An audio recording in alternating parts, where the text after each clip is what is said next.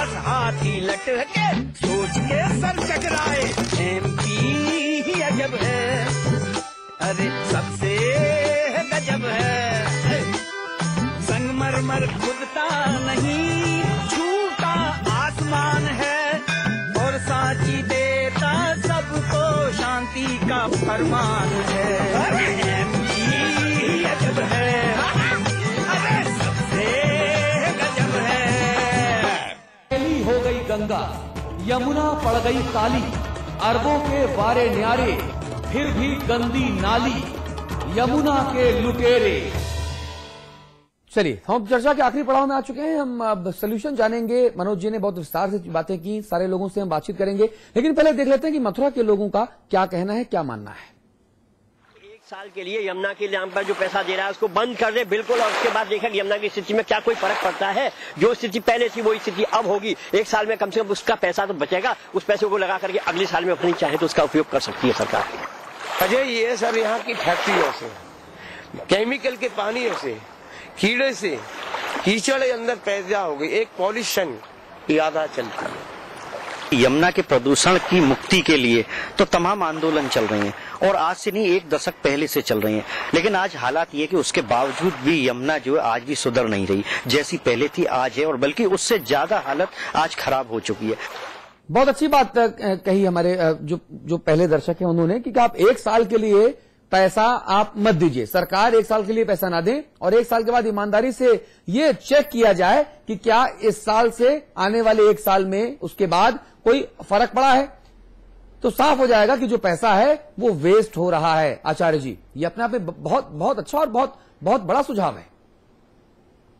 पंडित जी, देखिए, बात यह है कि जो वास्तव में कहें, जो गंगा और यमुना को हमने अपनी माता की संज्ञा दी है, और आज माता के शुद्धिकरण के नाम पर उसको और शुद्ध करने के नाम पर जो है हम उसको लूटे जा रहे हैं। और इसके अंदर हमारी जो है राजनीतिक शक्ति कहें या प्रशासनिक शक्ति कहें, ये सब जो हम बराबर के जिम्मेदार है। आज वास्तव में जरूरत है एक इच्छा शक्ति की, चाहे धार्मिक इच्छा शक्ति हो या हमारे अंदर का खुद का सेंसर हो, चाहे राजनीतिक शक्ति हो। जब तक हम खुद नहीं चाहेंगे तब तक गंगा और यमुना कभी शुद्ध होने वाली नहीं है जी।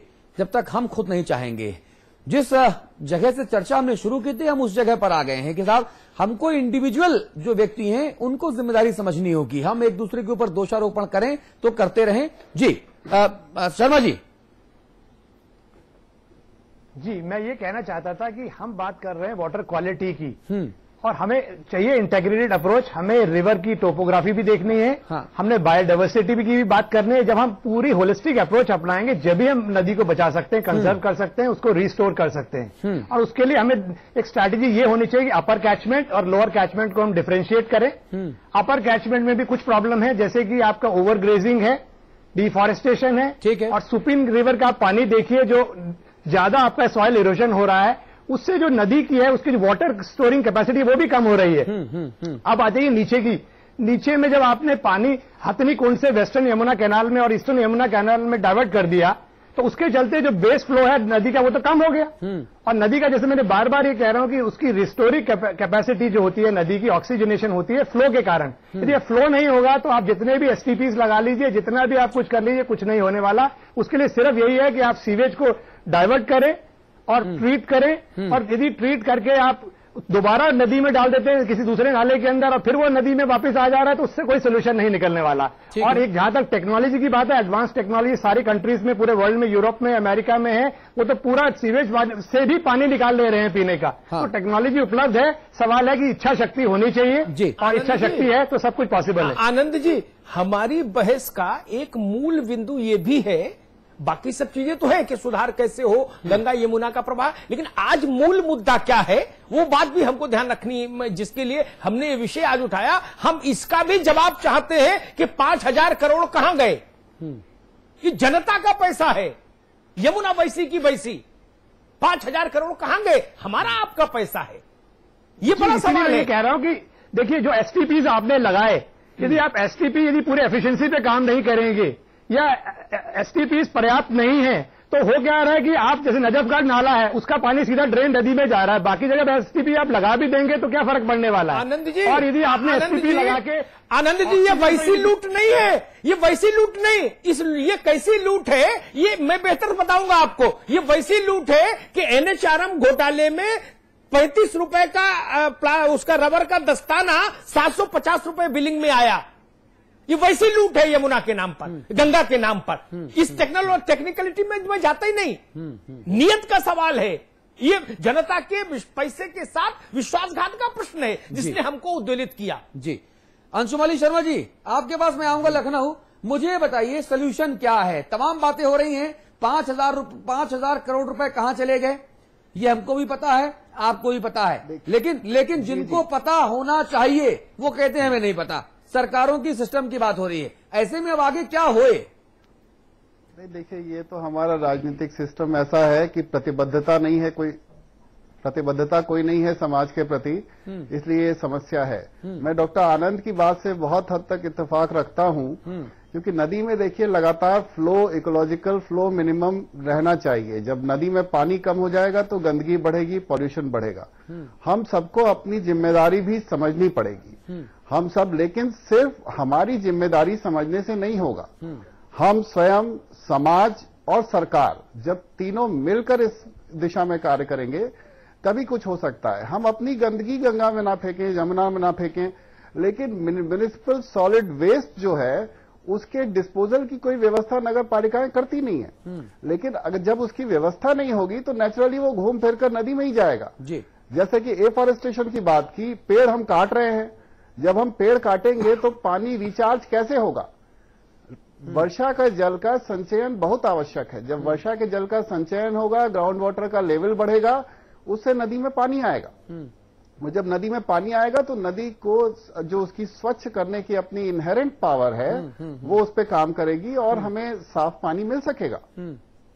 सुरेश कौशल जी, कोई उपाय, कोई हल अगर आपके पास है तो?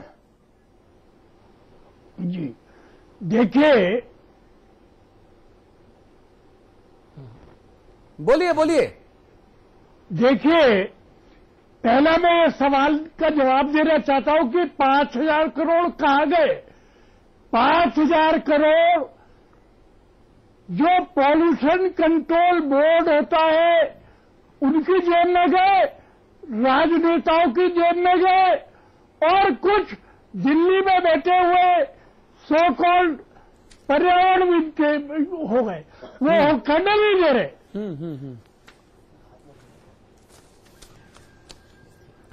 ठीक बात आप कह रहे हैं, देखिए, उससे भी बड़ी क्या बात है,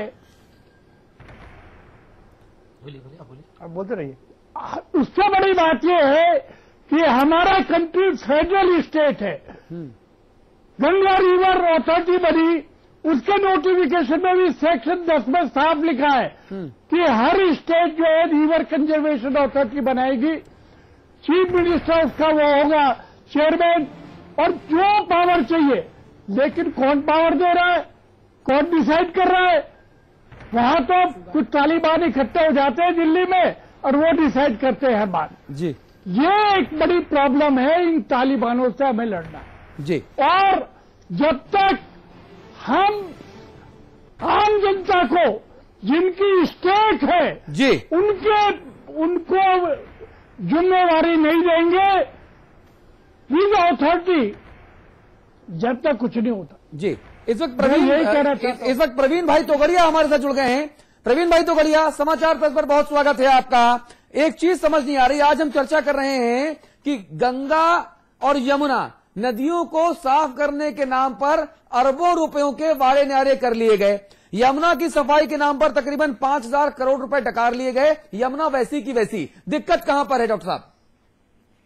यह बहुत चिंता का विषय है कि गंगा यमुना सहित सभी हमारी नदियां प्रदूषित हो रही है, और उनका कारण है कि नदियों के किनारे पर कितने कल कारखाने और उनका वेस्ट उसमें जा रहा है, और उसको रोककर ट्रीटमेंट की व्यवस्था नहीं की जा रही है, और इसके कारण नदियां लगभग समाप्त हो रही है। जी। और सरकार जो पैसे उसमें खर्च कर रही है उनका भी उपयोग करके परिणाम नहीं निकल रहा है, वह भी इतना ही चिंता का विषय है। समाज को जागरूक होकर और सरकार को मिलकर सभी नदियों को बचानी चाहिए, गंगा यमुना सहित, और उसके लिए पैसे जो लगते हैं वो पैसे का उपयोग होकर परिणाम निकले जी। इसके लिए सरकार और जनता दोनों को सावधान रहकर प्रयास करना चाहिए। जी डॉक्टर प्रवीण भाई तोगड़िया, बहुत धन्यवाद आपका समाचार पत्र से अपनी बात कहने के लिए। जयसिंह साहब 30 सेकेंड्स में अगर आप अपनी राय जता पाए तो सोल्यूशन के पॉइंट ऑफ व्यू से।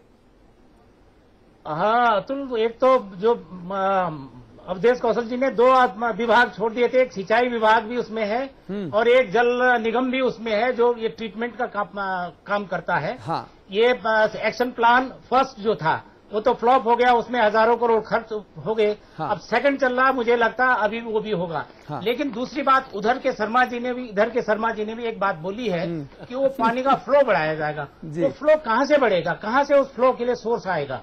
ये मैं ये बात इसलिए कह रहा हूँ कि नदियों का जो है ना, नदियों का मिजाज, नदियों का जो स्वरूप है, हाँ। जाड़ों में क्योंकि ये ग्लेशियर बेस्ड नदियां हैं, जाड़ों में कम हो जाती है, बहुत आधा से कम हो जाता है।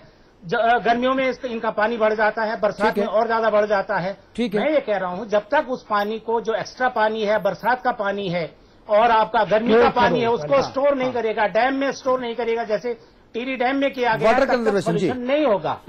तो वो होगा जैसे टिहरी बांध ने यही किया है। इसी अगर किसाऊ बांध यहाँ पर बन जाता है तो जब आपको फ्लो बढ़ाने की जरूरत पड़ेगी तब आपको कर देंगे। और अब पिछली बार देखा होगा आपने, हरियाणा ने पानी ज्यादा छोड़ दिया, दिल्ली के लिए खतरा पैदा हो गया। ठीक है, तो चर्चा पानी अगर यहाँ उत्तराखंड में जी, चर्चा का वक्त पूरी माफी के साथ, पूरी विनम्रता से चर्चा का वक्त हमारा खत्म हो चुका है। रावत साहब, अमिताभ जी संपादकीय टिप्पणी।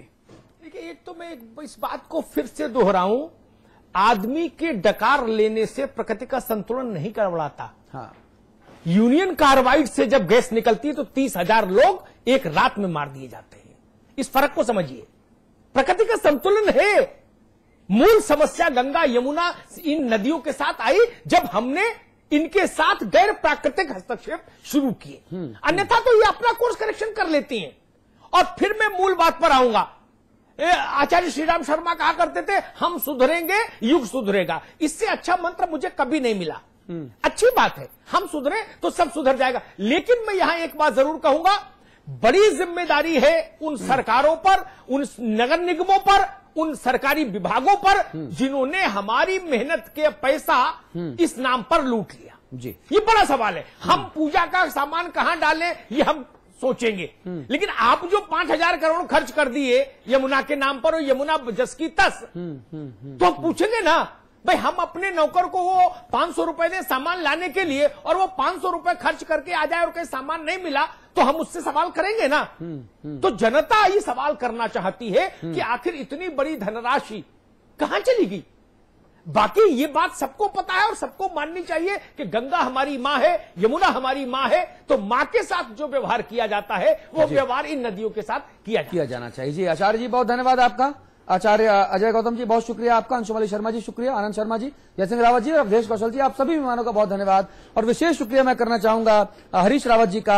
आप नए बने जल संसाधन मंत्री हैं, आप कुछ देर पहले हमारे साथ लाइव मौजूद थे और जितनी सारी चर्चाएं की, जितनी सारी बातें की, इन बातों का लबोलवाब सिर्फ यही है, गंगा यमुना समेत तमाम नदियों को जल्द से जल्द शुद्ध होना चाहिए। नमस्कार।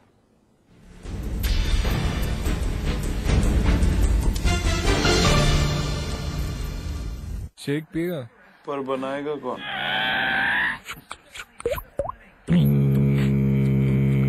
Catch your milk 1 minute shake, ना मिक्सर ना ब्लेंडर, बस पानी डालो, मिलाओ और तैयार। Catch your milk 1 minute shake.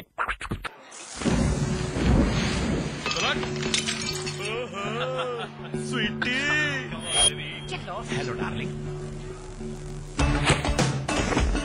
बड़े चाव से खा रही हो? लो। किसने बनाया? मैंने बनाया। आइए मैं आप लोगों को बताता हूँ कि गधे का भरता कैसे बनाते हैं।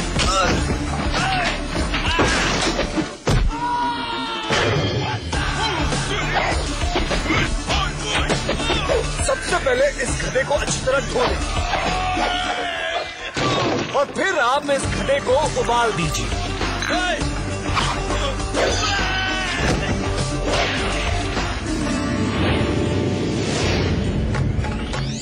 खूब सारी मिर्चें लगाएं और फिर अपने सुंदर हाथों से इस पे तड़का लगाएं और ये बन गया गधे का भरता। आप कितना अच्छा खाना बनाते हैं।